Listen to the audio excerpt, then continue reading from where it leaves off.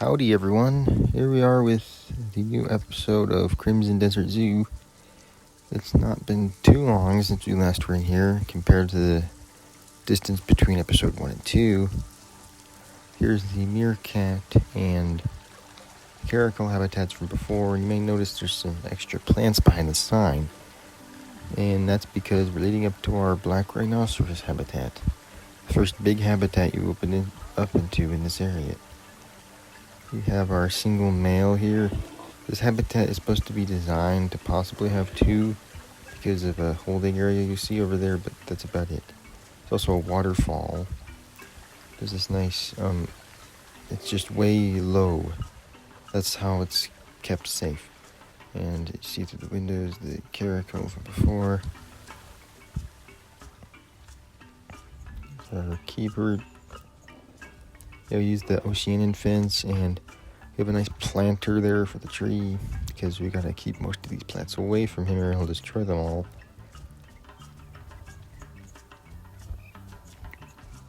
Just keep going. It gets higher and higher, and once it gets high enough, you gotta have a fence, obviously. And you have this little extra area that, for whatever reason, needs to be separated from the other part of the habitat and still be able to go outside and put him here. That would mainly be if there was another rhino in here. It would be a separation area. So it looks like he might be going up. And if anyone has any name suggestions for our male rhino we have here, then I'll be glad to take any.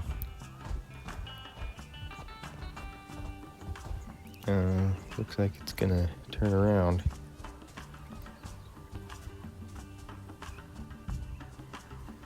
And you can go back here at this log mall kind of thing. It's supposed to keep it thematic, but also this green blocking off the view back here.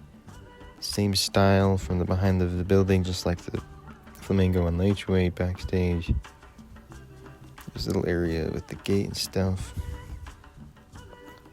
Then we can head inside, and like I said, stables and stuff will have an interior, unlike most smaller habitats there won't be an interior.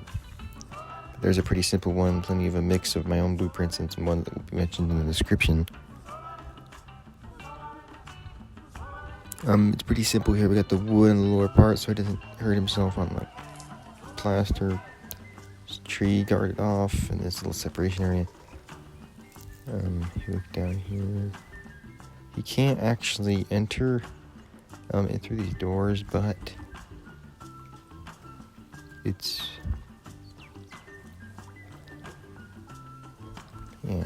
you can't actually enter through those doors, but I'll just pretend you can because it looks nice. There's also that planter uses the stalagmite pieces. The rhino is quite big. These guys are huge. See as he walks by. Then we have the other side of our gate. This is for if they need to take him out of the habitat and transport him somewhere else for whatever reason. And if we go here, we have these pretend gates to match the theme here, with the two gates that they can actually go through being openable and closable, with the other ones being fake. The interior is obviously what you'd expect, while the exterior is pretty themed. I kind of just made up the style of this building as I went.